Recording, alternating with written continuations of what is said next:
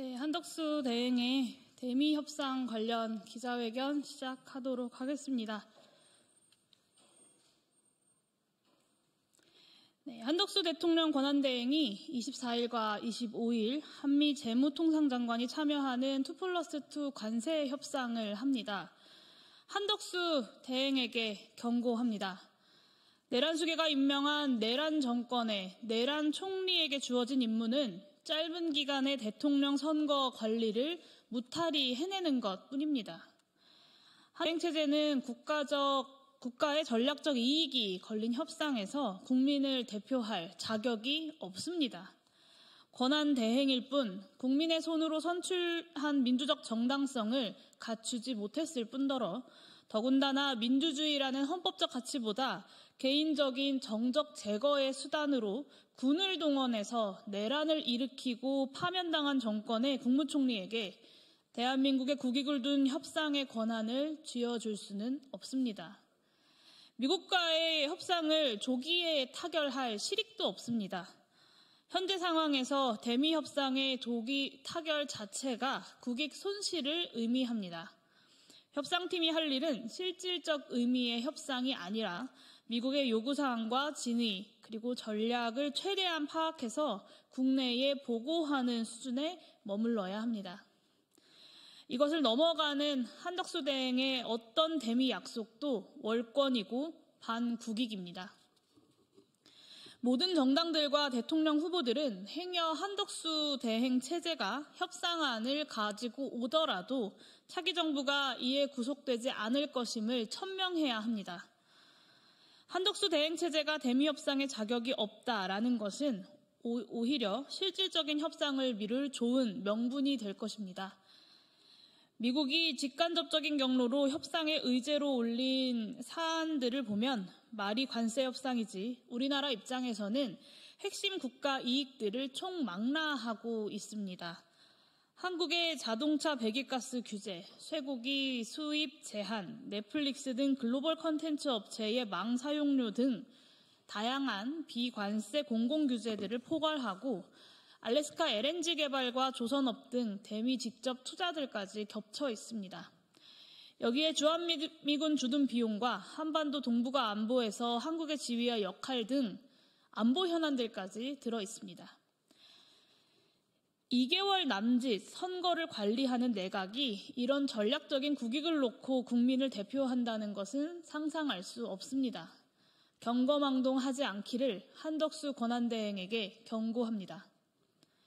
트럼프의 관세 정책이 애초에 구상대로 흘러간다라는 보장이 없는 상황에서 조기의 협상 타결은 장기에 걸친 협상보다 우리에게 훨씬 불리한 결과를 예정하고 있습니다.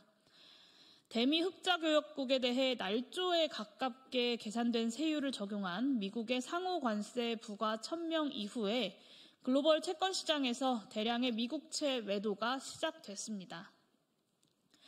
통상적으로 시장 불확실성이 증폭하면 주식시장은 하락하고 최고의 안전자산인 미국채 가격은 상승하는 것이 일반적입니다. 그런데 이번에는 주식시장만이 아니라 채권시장까지 대폭락했습니다.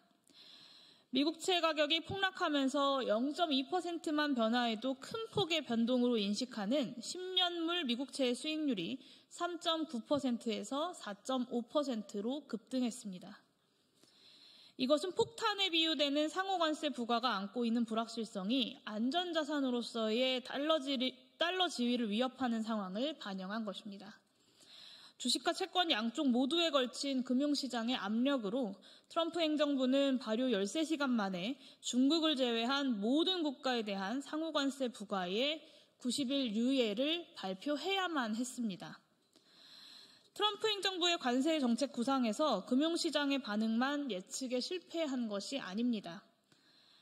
트럼프 행정부는 1기 때의 경험을 바탕으로 관세 인상이 미국의 물가 인상으로 이어지는 것은 제한적일 것이라고 예상했습니다.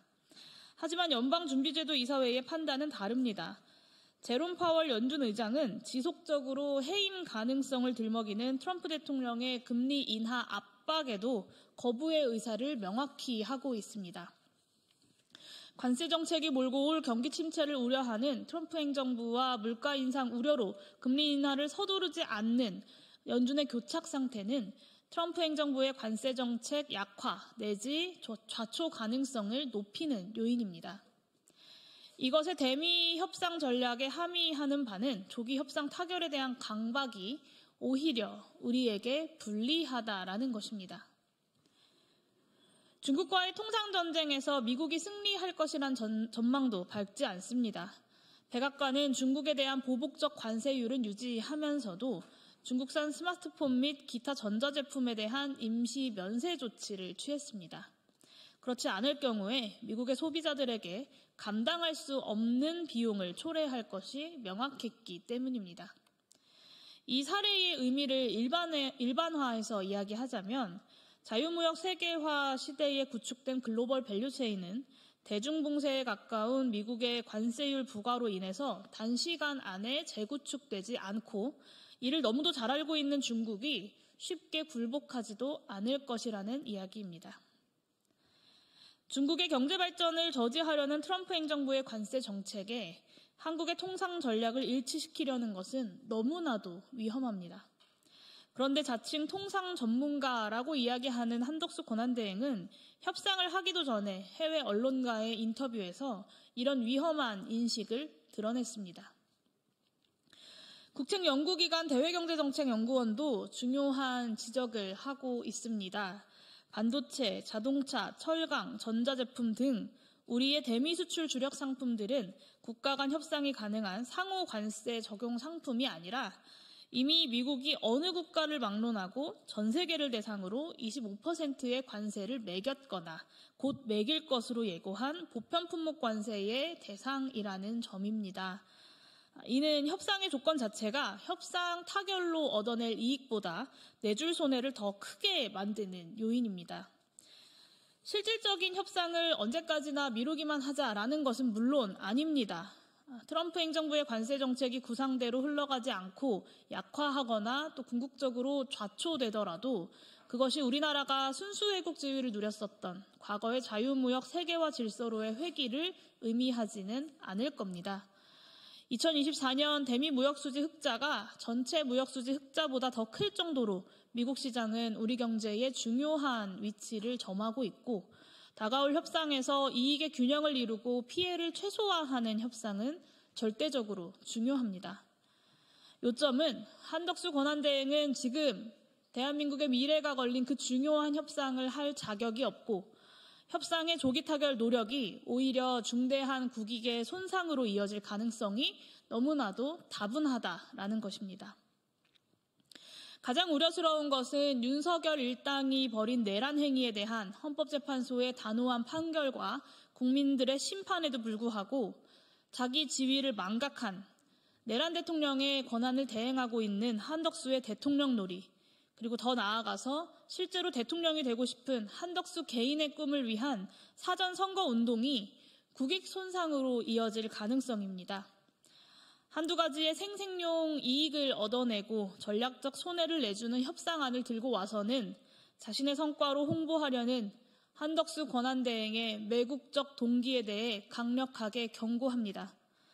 호랑이 없는 굴에 여우가 왕노릇 할 수 있다고 생각한다면, 그래서 정말 한덕수 본인이 대통령이 될 수 있다고 생각한다면 당장 헛된 꿈에서 깨어나시길 바랍니다. 민주공화국의 국민들은 여우의 왕노릇을 지켜보고만 있지는 않을 것입니다. 이것으로 기자회견 마치도록 하겠습니다. 감사합니다.